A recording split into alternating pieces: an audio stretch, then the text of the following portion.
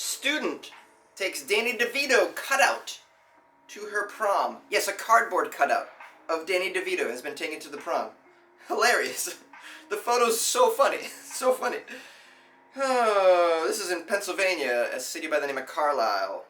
A Pennsylvania high school student took an unorthodox approach to prom and brought a cardboard cutout of actor Danny DeVito to the dance. Oh, that must have been so popular. I would have loved to have danced with Danny DeVito's cardboard cutout. Allison Kloss and her famous two-dimensional date joined other Carlisle high school seniors Friday for prom. Kloss purchased the cutout of Danny DeVito online along with a scooter she used to move the figure around with. I love when people do weird shit like this. I mean, the poor girl probably didn't have a date, and she's like, you know what, fuck it, I'm gonna make fun of this prom by bringing a cardboard cutout of Danny DeVito. Which is a great way to do it. First of all, I didn't go to my prom because I was not cool at all. I know you guys are like, Jonesy, how could you possibly not have had a date to your prom? You must have been such a heartthrob back then. Well, no, you'd be surprised to find out. I was not very popular at all in high school. I didn't have very many friends at all, and I did not have a date to my prom. And then we wonder why I became a comedian. I was like, won't someone love me? What if I'm funnier than the rest of you?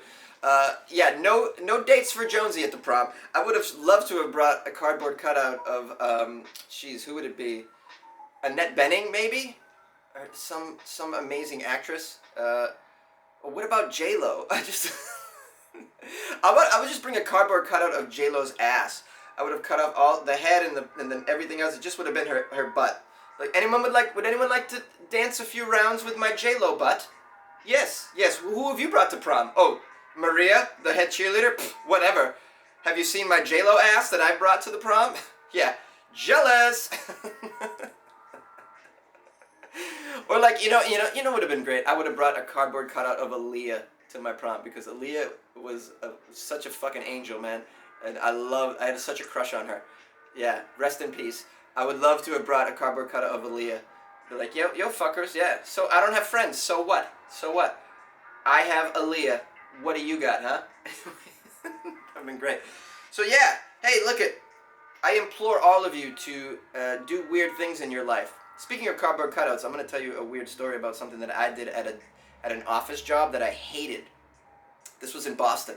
I was working an office job, and on lunch break, we always went to Dunkin' Donuts, because that's what you do in Boston on your lunch break. You go to Dunkin' Donuts and you get, well, at the time I would get a medium regular iced coffee usually, or a medium regular hot coffee depending on the time of year, but usually a medium regular.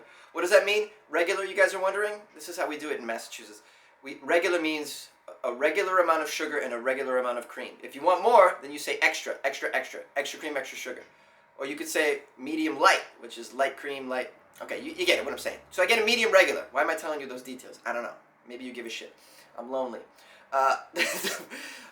Well, one time I was in there and there was a cardboard cutout of Bill Belichick, the wonderful coach of the New England Patriots. And so I decided I don't know, they were peddling some Dunkin' Donuts product, but it was a big cutout of Bill.